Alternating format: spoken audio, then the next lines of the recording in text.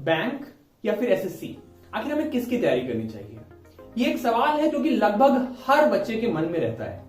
तो आज के इस वीडियो में हम बात करने वाले हैं कि आखिर अगर हमें प्रिपरेशन करनी है तो हम बैंक की तैयारी करें या एसएससी की तैयारी करें, इस बारे में हम आज के वीडियो में बात करते हैं। तो नमस्कार सभी को, मेरा नाम है अमन त्रिवेदी और आज के इस वीडियो में हम बात करने वाले हैं बैंक और एसएससी में किसकी प्रिपरेशन हमारे लिए बेहतर होगी। तो देखिए, इसमें कई सारे पर्सपेक्टिव हैं जिसको हम कवर करेंगे। सबसे पहले तो कई सारे लोग कहेंगे कि ये बंदा तो खुद एसएससी निकाले हुए है, एसएससी से ऑडिटर था और अब ये तो बैंक की क्या ही साइड लेगा, ये तो ऑब्वियसली यही बोलेगा कि एसएससी ही बेस्ट है। नहीं, ऐसा नहीं, मैं सारी आपको पर्सपेक्टिव बता दूंगा, आप खुद डिसाइड करिए कि आपको किसकी तैयारी करनी है। देखिए, जो सबसे बड़ी बात है जिसके लिए बैंक जाना जाता है और जो सबसे बड़ी बात है जिसके लिए एसएससी बदनाम है, वो आप सभी लोग जानते हैं, वो है रिक्रूटमेंट प्रोसेस में लगा हुआ टाइम।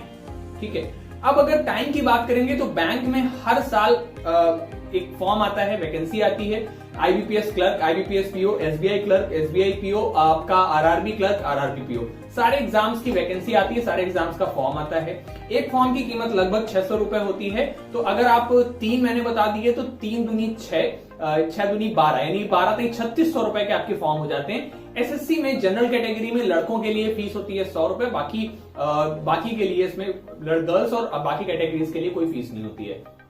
ठीक है, तो वहां पे वो फॉर्म फ्री है और पैसे कम है। तो एक तो ये हो गया कि भाई फॉर्म ही यहाँ पे महंगा है, दूसरे ये चीज यहाँ पे। लेकिन अगर मान लो चलो ठीक है, फॉर्म हमने मैनेज कर लिया, फॉर्म भर लेते हैं, उसमें कोई दिक्कत नहीं है।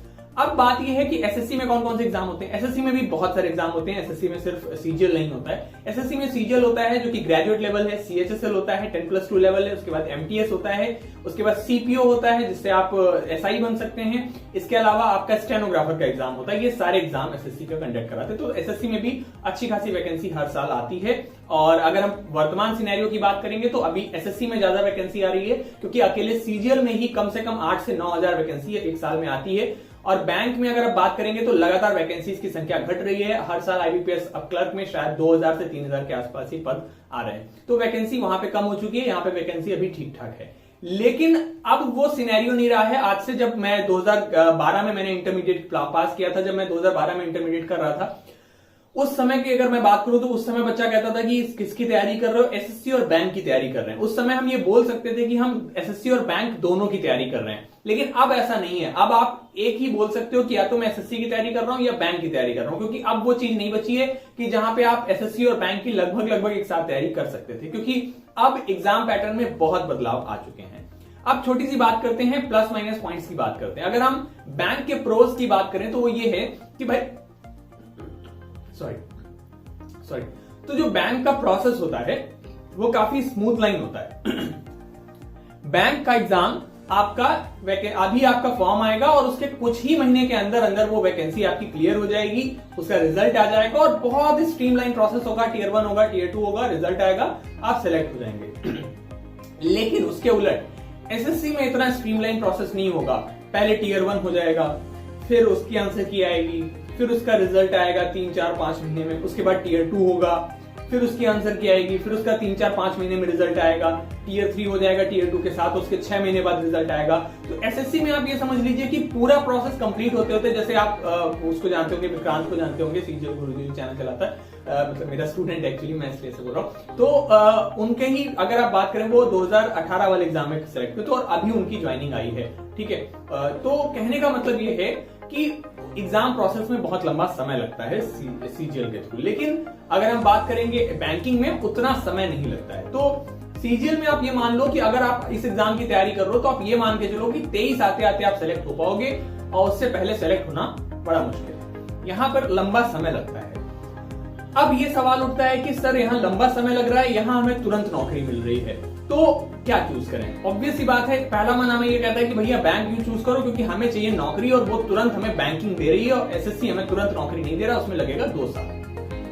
अब उसका भी एक पर्सपेक्टिव ये है कि बैंक में आपको तुरंत नौकरी तो मिल रही है, लेकिन कंपैरेटिवली बैंक का कोर्स में इंग्लिश डिफिकल्ट आती है, बैंक के कोर्स का लेवल अलग हो चुका है। एसएससी का ऐसा नहीं है, एसएससी इजी है, बट एसएससी का लेवल अलग हो चुका है। तो जो बच्चा आज की तारीख में एसएससी की तैयारी कर रहा है वो एसएससी में ही जा सकता है, और जो बच्चा बैंक की तैयारी कर रहा है वो बैंक में ही जा सकता है। ऐसा बहुत मुश्किल है कि आप एक ही साथ दोनों की तैयारी कर सके। मैं इस पे अलग वीडियो बना दूंगा कि आप दोनों की तैयारी एक साथ कैसे करें।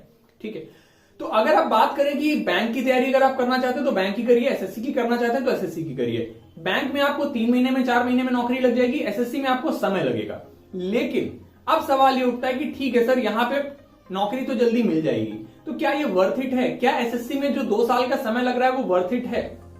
वहां पर थोड़ा सा सब्जेक्टिव चीज हो जाती है। सब्जेक्टिव का मतलब हर व्यक्ति का अलग नजरिया हो सकता है वहां पे। कैसे? अगर आप बैंक की बात करेंगे तो बैंक में क्या होता है कि अगर आपकी नौकरी लग गई तो आप क्लर्क के पद पर जाते हैं। अगर आप क्लर्क के पद पर सेलेक्ट होते हैं तो अगर आप एसबीआई में हैं तो आपकी सैलरी बनेगी कुछ 30-31 हजार रुपए, अगर आप यूपी में सेलेक्ट होते हैं। और अगर आप आईबीपीएस क्लर्क होते हैं तो 25 से 30 हजार के बीच में सैलरी बनती है। ठीक है, हो सकता है थोड़ी सी ज्यादा बनती हो, मेरे डेटा अपडेटेड ना हो, बट बहुत ज्यादा अगर बनती होगी तो आज की तारीख में 32,000 33,000 से ज्यादा सैलरी नहीं बनेगी क्लर्क में। आईबीपीएस क्लर्क से बात कर लें या आप एसबीआई क्लर्क की बात कर लें। ठीक, ऑन द कॉन्ट्रेरी अगर आप एसएससी की बात करेंगे तो एसएससी का जो सबसे छोटा एग्जाम होता है 10th लेवल का, जिसे एमटीएस कहते हैं, उसमें अगर आप सेलेक्ट होते हैं तो उसमें भी आपकी मिनिमम सैलरी बनेगी 30 से 31 हजार रुपए, जो कि 4th ग्रुप डी जॉब है, 4th ग्रेड की जॉब है। तो कहने का मतलब जो सैलरी बनेगी वो एसएससी में ज्यादा बनेगी। एसएससी में अगर आप डबल एओ के पद पर सेलेक्ट होते हैं तो आपकी सैलरी कम से कम 75,000 रुपए बनेगी। इन हैंड सैलरी एकदम व्हाइट में सरकार की तरफ से आपके खाते में लगभग 75,000 रुपए बनेंगे। और अगर आप थोड़ा बहुत ट्रैवल कर लेते हैं तो कई बार डबल एओ की सैलरी 1-1 लाख रुपए तक बनती है। और उसी तरीके से एमईए में अगर आप किसी विदेश में पोस्टेड होते हैं तो आपकी सैलरी 2 लाख रुपए तक बन सकती है, 3 लाख रुपए तक बन सकती है, depending on the country you are posted. वहीं पे अगर आप बैंक में बात करेंगे, अगर आप बैंक में पीओ भी बन जाते हैं तो आप एसबीआई में पीओ बन जाएंगे या आप एसबीआई आईबीपीएस से पीओ बन जाएंगे तो आपकी सैलरी मैक्सिमम 45 से 50 हजार रुपए बन सकती है। एक नॉर्मल सिटी की बात कर रहा हूं मैं, मुंबई की बात नहीं कर रहा हूं, क्योंकि बैंक में हर सिटी वाइज सैलरी वेरी करती है। अगर आप मुंबई में पोस्टेड हैं एसबीआई से तो आपकी सैलरी जाहिर सी बात है ज्यादा बनेगी, वहां पे 80-90 हजार रुपए सैलरी बन सकती है। लेकिन अगर आप किसी सामान्य सिटी में पोस्ट हैं जैसे दिल्ली या फिर कानपुर, लखनऊ, नोएडा, यहाँ पे पोस्टेड है तो आपकी सैलरी 45, 50, 55 हजार रुपए बन जाएगी। एसबीआई पीओ की मैं बात कर रहा हूँ। आईबीपीएस पीओ में 45 से 50 हजार रुपए बन जाएगी। वहीं पे अगर आप एसएससी में सेलेक्ट होते हैं, सीजीएल में सेलेक्ट होते हैं तो आप अगर ग्रुप 4600-4800 ग्रेड पे, जो कि डबल एओ है, मैंने बताया लगभग 1 लाख रुपए, अगर आप 4600 ग्रेड पे जाते हैं एमईए में तो आपकी मिनिमम 65 हजार रुपए, क्योंकि 4600 ग्रेड पे है। उसके अलावा अगर आप 4200 ग्रेड पे आते हैं तो 55 हजार रुपए, 50 हजार रुपए। और अगर आप 2800 ग्रेड पे भी आ जाते हैं तो आपकी 45 हजार रुपए सैलरी सीजीएल से बन जाएगी। और एसएससी सीएचएसएल की बात करेंगे तो आपकी 35 से 45 हजार के बीच में, डिपेंड करता है सिटी के अकॉर्डिंग। और सेम चीज एमटीएस में 30 से 40 हजार के ग्रुप में बीच में, डिपेंड करता है सिटी के अकॉर्डिंग। इतनी सैलरी आपकी एसएससी सीजीएल से बनती है। तो अगर आप सैलरी की बात करेंगे तो वो आपको एसएससी में ज्यादा मिलेगी, बैंक में कम मिलेगी, क्योंकि बैंक में पीएसयूज के अकॉर्डिंग है और यहाँ पे सरकारी व्यवस्था है। दूसरी चीज आती है कि अगर आप सरकारी नौकरी की बात करते हैं तो अगर आप सरकारी नौकरी की बात करेंगे तो भैया एसएससी प्योरली सरकारी है और बैंकिंग प्योरली सरकारी नहीं है। बैंक आपका पब्लिक सेक्टर यूनिट है जिसे प्रॉफिट कमाना होता है, और चूंकि प्रॉफिट कमाना होगा तो बैंक दिन रात मेहनत से काम करेगा और एम्प्लॉय से मेहनत करवाएगा। उसके बाद ही वो उसका लाभ पब्लिक को दे पाएगा और उसके बाद ही वो प्रॉफिट में आ पाएगा, क्योंकि उसे कॉम्पीट करना है एचडीएफसी के साथ में, उसे कम्पीट करना है स्टैंडर्ड चार्टर्स के साथ में, उसे कम्पीट करना है आईसीआईसीआई बैंक के साथ में, तभी वो प्रॉफिट में आएंगे और उसके लिए उन्हें काम अच्छे से कराना पड़ेगा। एसएससी में ऑन द कॉन्ट्ररी ये होता है, क्योंकि सरकारी व्यवस्था है तो यहाँ पे आपको उतना वर्कलोड नहीं रहता है और एक तरीके का सरकारी माहौल रहता है जिसमें आप अपनी हॉबीज को परस्यू कर सकते हैं। अगर आप किसी एग्जाम की तैयारी करना चाहते हैं, यूपीएससी की तैयारी करना चाहते हैं तो वो आप यहाँ पे कर सकते हैं। तीसरी बात यह है कि मैं बहुत से ऐसे बच्चों को जानता हूं, बहुत से ऐसे मेरे मित्र रहे हैं जिन्होंने जो बैंकिंग में हैं ऑलरेडी और वो अपनी जॉब से सेटिस्फाइड नहीं है क्योंकि वर्कलोड बहुत ज्यादा है। तो बैंक में वर्कलोड काफी ज्यादा रहता है। एसएससी में कोई भी ऐसी पोस्ट नहीं जहां पे वर्कलोड इतना हो कि बच्चा परेशान हो जाए, ऐसा नहीं होता जल्दी। बैंक एसएससी में ज्यादातर पोस्ट में, मैं कुछ एक अपवाद छोड़ दूं तो ज्यादातर पोस्ट में 9:30 से 6 का टाइम रहता है, जिसमें आप आराम से टाइम टू टाइम आप जॉब करते हो। सुबह 9:30 बजे ऑफिस पहुंचते हो, शाम को 6 बजे आप ऑफिस से छूट जाते हो। लेकिन वहीं पे अगर आप बैंक की बात करेंगे तो बैंक में ऐसा नहीं है। अगर आप क्लर्क लेवल पे हो तो आपकी उतनी जिम्मेदारी नहीं होती है, लेकिन आप ऑब्वियसली प्रमोशन लोगे और एक बार आप प्रमोशन लेते हो, आप पीओ बनते हो, मैनेजर बनते हो, उसके बाद आपको बैंक में 7 से 8 बजे के बीच में ही छुट्टी मिल पाती है और सुबह 10 बजे ऑफिस पहुंच जाना होता है। तो वर्कलोड बैंक में ज्यादा रहता है।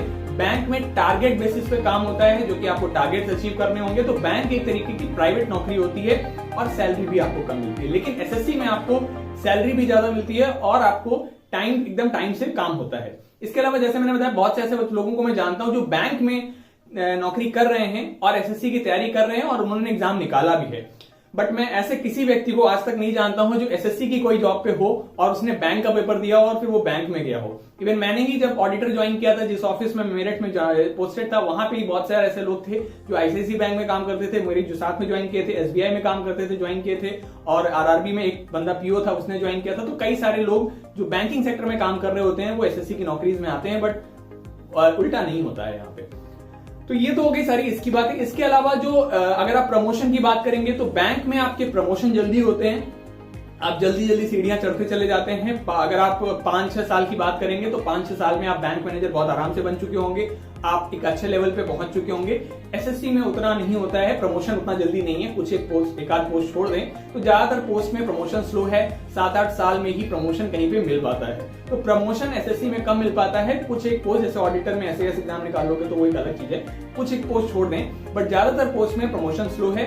बैंक में प्रमोशन जल्दी जल्दी आपको मिलता है और आप जल्दी जल्दी ऊपर जा सकते हो।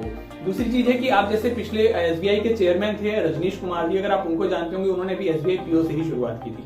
तो ऐसा हुआ है बैंक में कि बहुत सारे छोटे लेवल से लोग शुरू करते हैं और बहुत ऊपर तक जाते हैं, क्योंकि उसमें प्रमोशन के चांसेस है, ग्रो करने के चांसेस हैं। एसएससी में ऐसा नहीं है, ग्रो उतनी नहीं कर पाते हैं लोग, उतने चांसेस नहीं होते। बहुत ज्यादा ऊपर तक पहुंचना बहुत मुश्किल होता है, क्योंकि अगर आप 21-22 की साल में, जैसे मैंने 21 की उम्र में ज्वाइन कर ली थी नौकरी, अगर आप इतनी जल्दी ज्वाइन करते हो तो आप काफी ऊपर तक जा पाओगे।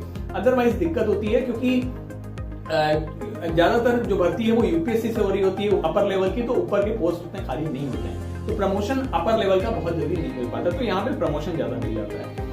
ठीक है, हाँ, एक चीज बहुत क्लियर कर दूं कि जब मैं बैंक की बात कर रहा हूं तो मैं आईबीपीएस और एसबीआई की बात कर रहा हूं, मैं रिजर्व बैंक की बात बिल्कुल नहीं कर रहा हूं। मैं यहाँ पे रिजर्व बैंक की किसी भी पोस्ट से एसएससी का कंपैरिजन नहीं कर रहा हूं, क्योंकि कई सारे ऐसे व्यूअर्स होंगे जो शायद इस रिजर्व बैंक में जॉब करते होंगे और फिर वो नीचे कमेंट करेंगे कि आप ये सब नहीं। रिजर्व बैंक से मैं बात नहीं कर रहा हूँ, उसका एक अलग सिनेरियो है, बट मैं एसबीआई और आईबीपीएस की बात यहाँ पे कर रहा हूँ। तीसरी बात अगर बात करें सोशल रेपुटेशन की, तो एसएससी में ज्यादातर पोस्ट ऐसी हैं जिनको लोग ज्यादा जानते हैं। अगर आप मिनिस्ट्री ऑफ डिफेंस की बात करेंगे तो लोग जानते हैं कि आप मिनिस्ट्री ऑफ डिफेंस में क्या है, मिनिस्ट्री क्या है। अगर आप गृह मंत्रालय में हैं, अगर आप सिविल एविएशन में हैं, अगर आप एक्सटर्नल अफेयर्स में हैं, तो लोग जानते हैं कि ये मंत्रालय क्या है। और आप सोशल रेपुटेशन होती है, लोग आपकी बात मान सकते हैं, लोग आपकी बात वैल्यू करते हैं। अगर आप एक्साइज एंड कस्टम्स में हो तो आपको यूनिफॉर्म मिलती है और यूनिफॉर्म की एक अलग वैल्यू होती है हमारे समाज में। वहीं पे अगर बैंक की बात करेंगे तो बैंक में लोग सोशल, अगर जनरल पब्लिक वैल्यू कर सकती है, बट बहुत ज्यादा लोग आप उसको वैल्यू नहीं करते हैं। सोशल रेपुटेशन उतनी ज्यादा हमें नहीं मिलती है जो कि एक इनकम टैक्स ऑफिसर या फिर आपके एक एक्सटर्नल अफेयर्स में काम करने वाले बंदे को मिल सकती है। ये बड़ा सब्जेक्टिव चीज है, हालांकि मैं इसमें ज्यादा बिलीव नहीं करता हूँ सोशल रेपुटेशन। तो मैंने आपको सारे प्रोज एंड कॉन्स बता दिए कि क्या बैंक में प्रोज हैं, क्या आपके एसएससी में प्रोज हैं, और आप खुद डिसाइड करिए कि आपको किसकी तैयारी करनी है। एग्जाम पैटर्न दोनों का बिल्कुल अलग अलग है, बस यहाँ जल्दी नौकरी मिल जाएगी, लेकिन आपका यहाँ पे वर्कलोड ज्यादा होगा और आगे आप एग्जाम की तैयारी कर पाए ये बड़ा मुश्किल होता है कि आप किसी बैंक में नौकरी कर रहे हो और आप किसी एसएससी वगैरह के एग्जाम की या यूपीएससी की तैयारी कर पाए। हालांकि एसएससी में ऐसा बहुत संभव है, आप आराम से तैयारी टाइम मिल जाता है ऑफिस के दौरान कि आप तैयारी कर सकते हैं। तो आप खुद से डिसाइड कीजिए कि आपको बैंक की तैयारी करनी है या एसएससी की तैयारी करनी है। दोनों का एग्जाम पैटर्न बिल्कुल अलग है, बेसिक सेम है, बेसिक बिल्कुल एक ही जैसा है, जैसा इसमें पढ़ना है वैसे उसमें पढ़ना है, बट पैटर्न बहुत अलग है, बहुत अलग तरीके से पढ़ाई करनी पड़ेगी। तो आपको डिसाइड करना है कि आपको इधर जाना है या इधर जाना है, ये आपके ऊपर निर्भर करेगा। आपको आपकी जो भी राय हो वो कमेंट सेक्शन में दर्ज कराइए। अगर मुझे लगेगा कि आपके सवाल कुछ अभी छूट गए हैं, कोई भी पॉइंट्स हैं जो छूट गया, तो मैं अगला वीडियो बना दूंगा और आपको बता दूंगा, उसमें जो भी चीजें मैं क्लैरिफाई कर दूंगा।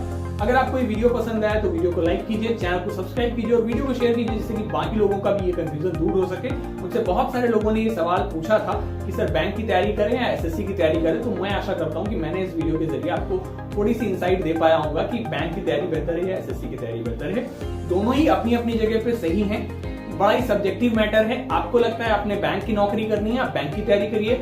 आपको लगता है आपको मंत्रालय की नौकरी करनी है, एसएससी सरकारी नौकरी करनी है जो एकदम सरकारी है, तो आप एसएससी की तैयारी कीजिए।